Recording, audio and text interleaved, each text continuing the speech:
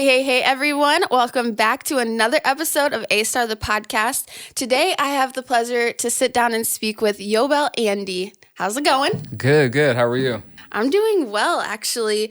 It's a nice morning. Get to look at the snow outside, so that's awesome. Oh my God, I love this studio setup. This Thank is so you. Cool. It's a vibe. We're vibing.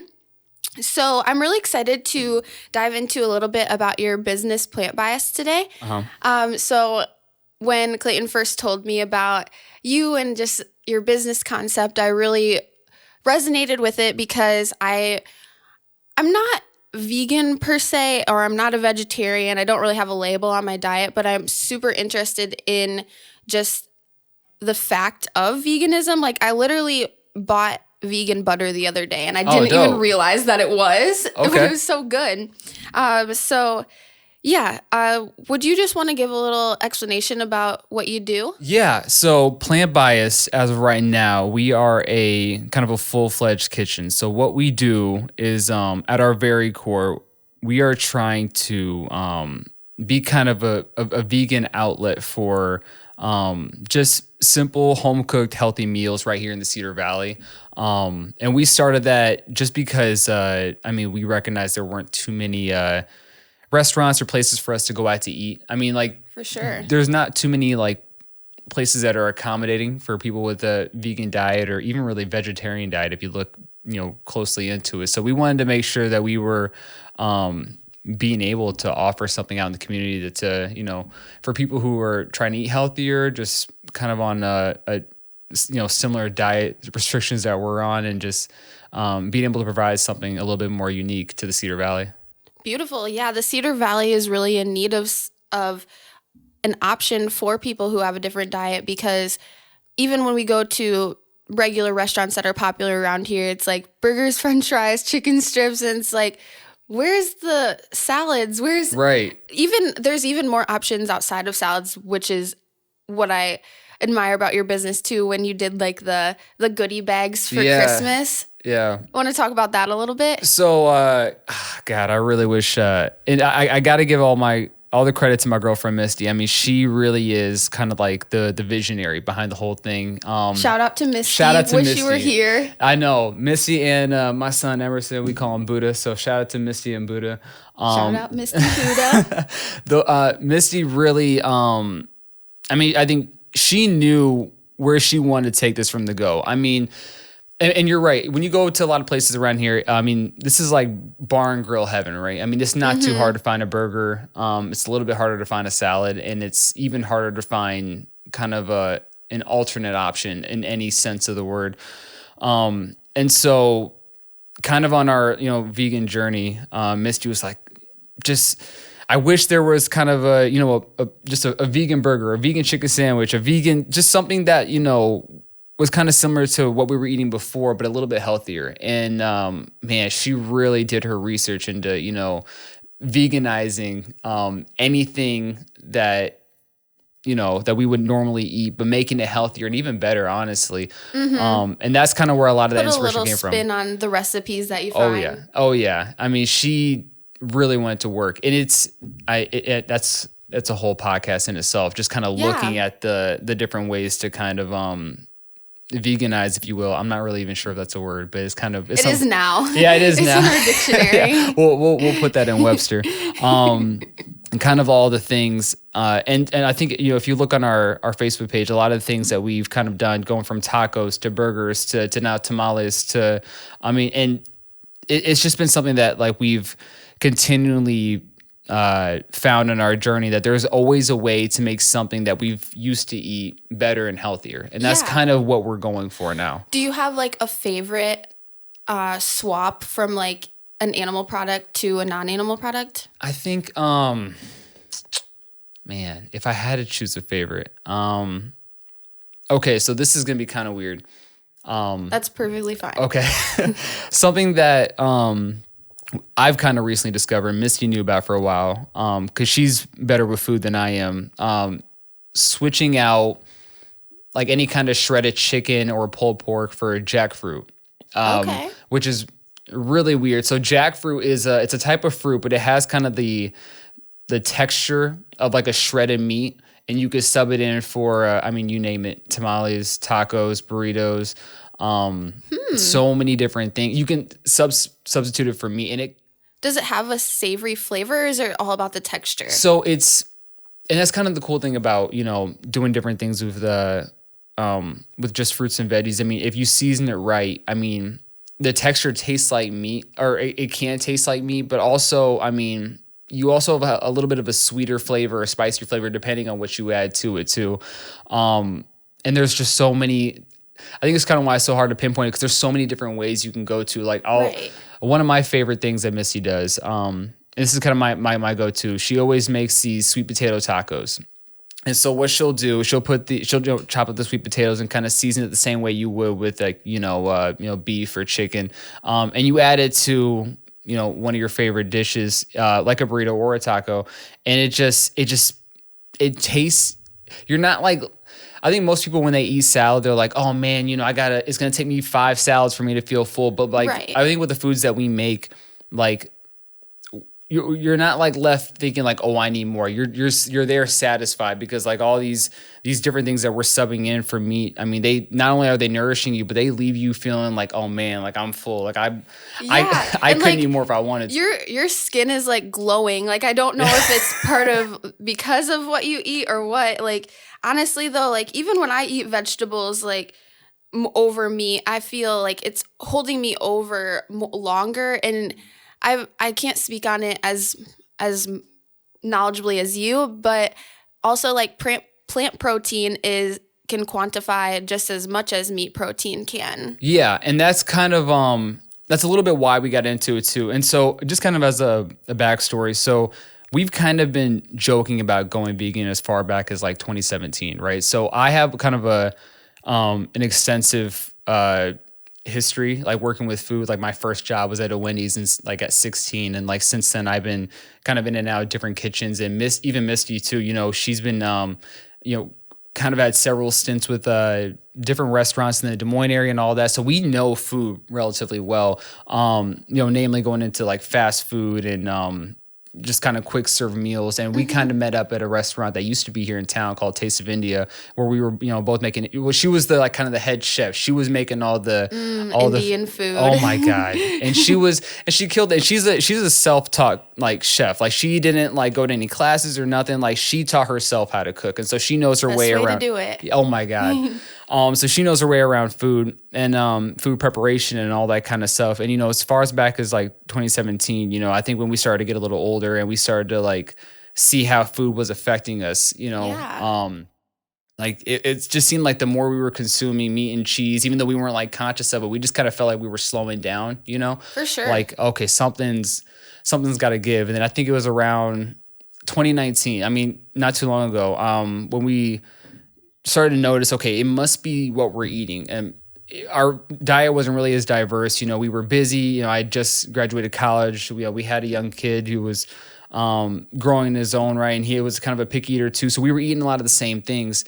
And I think that once we kind of recognize, okay, we're eating a lot of these, a lot of just burgers, pizza, grilled cheeses, you name it.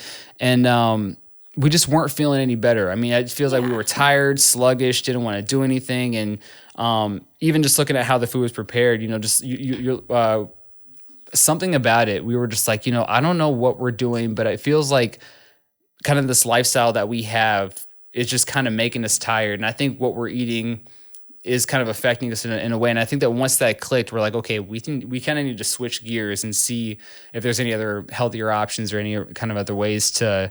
So did you feel that change once you switched? Yeah, like it was almost night and day. So the quarantine hit, and we told ourselves at the top of 2020, like this is it. This is the year we're going vegan. And so from like January to May, we like slowly cut out meat. I think we stopped eating meat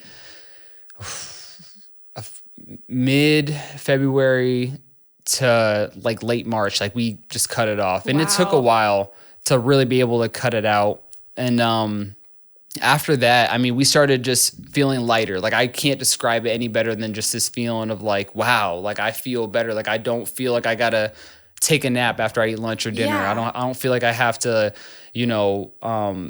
just like, yeah, I guess like there was just so many things that just changed, and it felt like it was almost overnight. And then once we got rid of dairy out of our diet too, I mean, it was just like game over. Like, okay, wow, this was it for us. So did you start your business in 2020 as well? Yep. So we started, I want to say July, and that was because after, the first 6-7 months of 2020, I mean, it was just so difficult to find food. I mean, that we could like eat. 'Cause I mean, again, we're coming from this lifestyle where we could just, order McDonald's or, Starbucks or Jimmy John's. I mean, you name it. We could just order anything to like, now it's like so easy. It's so available. Yeah. And there's not like even recipes available to us where we know what those swaps can be. Right. It's just kind of experimental. And I really give you props for doing that. Like, Yobel is living proof and his family is living proof like this switch is possible,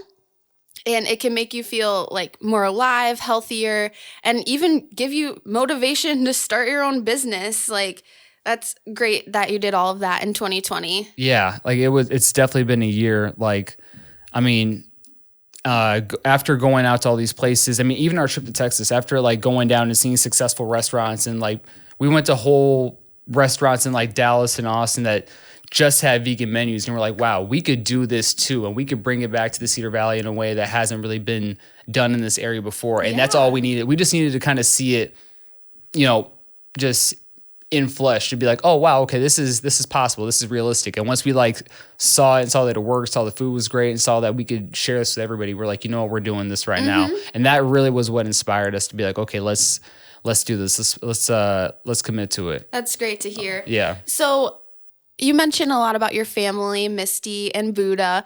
What is it like working with them, having a family-owned business? It's amazing. I can't tell you how like easier things are when it's all in the family. And it's just because I think me and Misty, we have like complementing talents that work well together. So you're a team. We're a full-fledged team. I mean, so Misty's good with food. I mean, she makes everything. I don't touch anything because I'm not a good cook.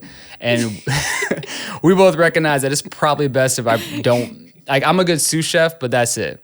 I think where I shine is more connecting with people and kind of the whole social media aspect of it. Yeah. And also I'm kind of the head dishwasher too. She always jokes that I'm kind of the head janitor. So that's what I'm the marketing / janitor guy. Hey, it's a good spot. Yeah, it had to be done. And so, but also with that too, I think that just working together, we're able to kind of bounce off ideas. Like, all right, so when she's looking for new dish ideas, I'm like, you know what, we haven't really ventured into this, or we haven't really kind of focused into, anything health related. Because I think that a lot of what we've done so far, especially starting out, has been flavor wise. And I think that's because a lot of people, they think vegan or, ditching meat or cheese and like, oh, I mean, you guys are just eating salads all day. And I think out of the gate, our first mission was to just let people know, hey, this stuff tastes good. I mean, don't worry about, giving up this or that. Just know that if you were to go over to this lifestyle or just incorporate more veggies, I mean, this stuff tastes amazing.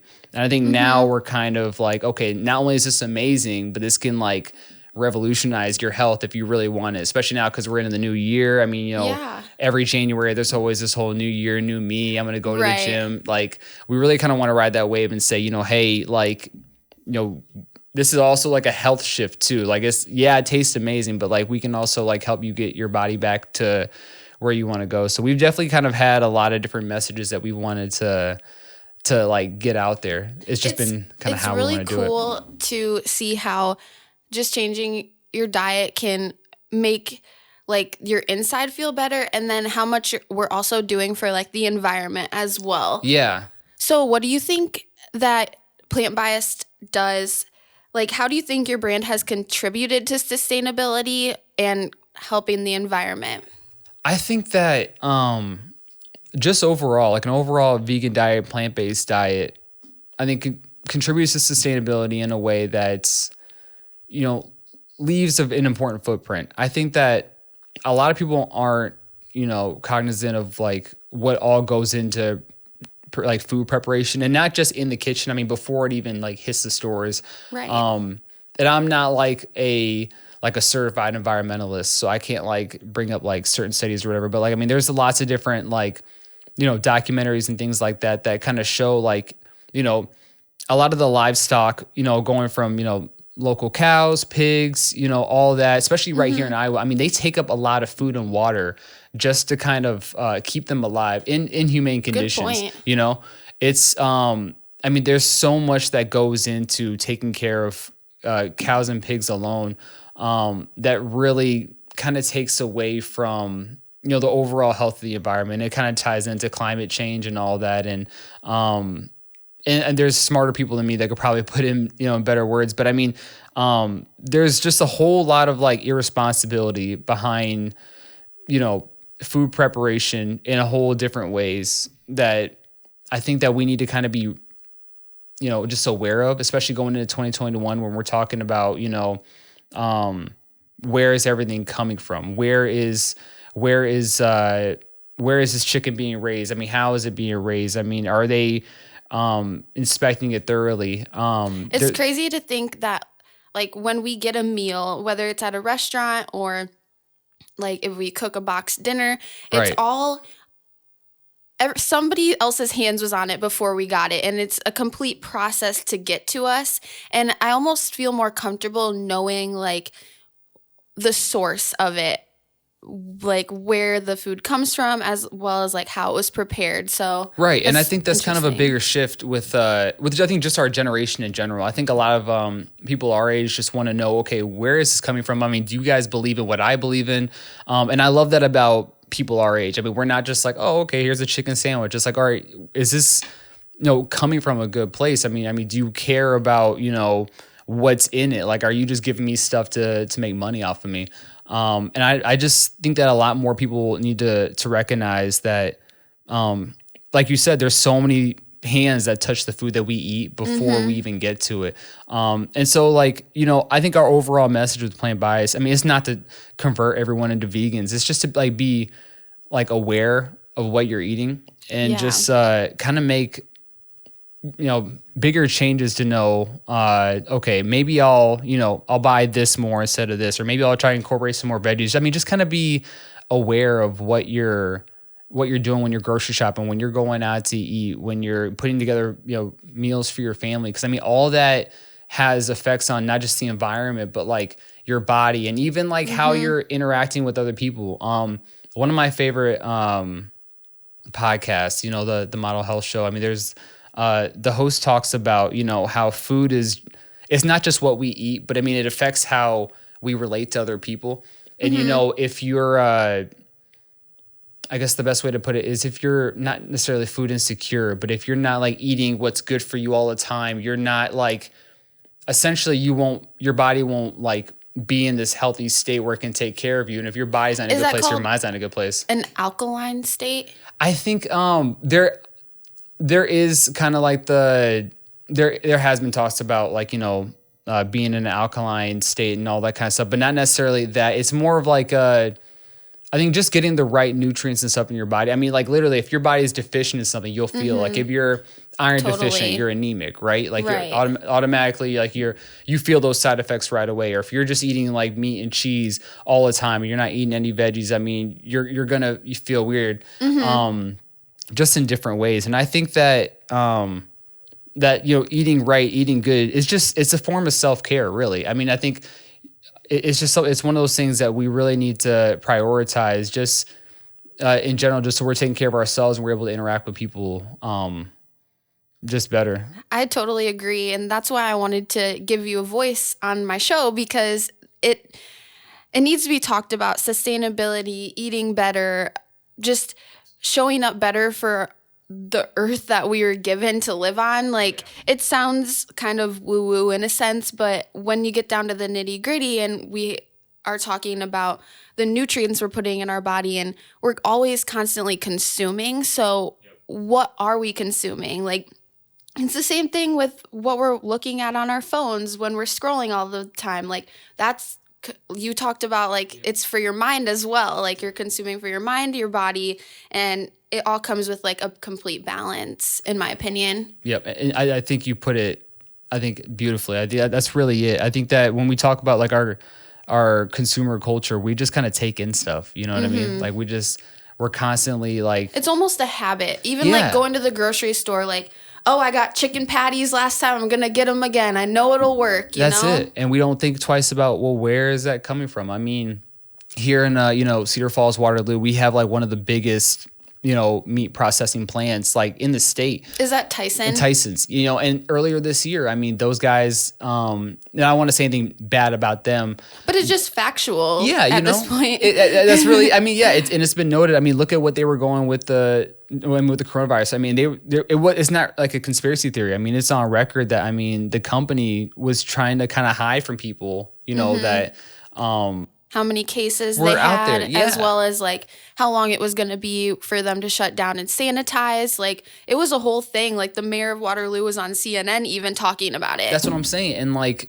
these people are making your dinner. I mean, you got to think about it like that. And it's not, again, this isn't me. I didn't come here to say don't eat meat, don't eat cheese or whatever. But it's just kind of like, just know, I mean, these people are making what you're eating for dinner tonight. That's gotta like raise some red flags to say, hey, okay, maybe I won't buy from those guys. Maybe I'll buy from something or someone local, someone who's taking care of it or, doing it in a humane way. Yes. And that's really what I think that plant bias is about. It's humane consumption. It's just about things that make you feel better and end up, helping your body out too. Lovely. Well said.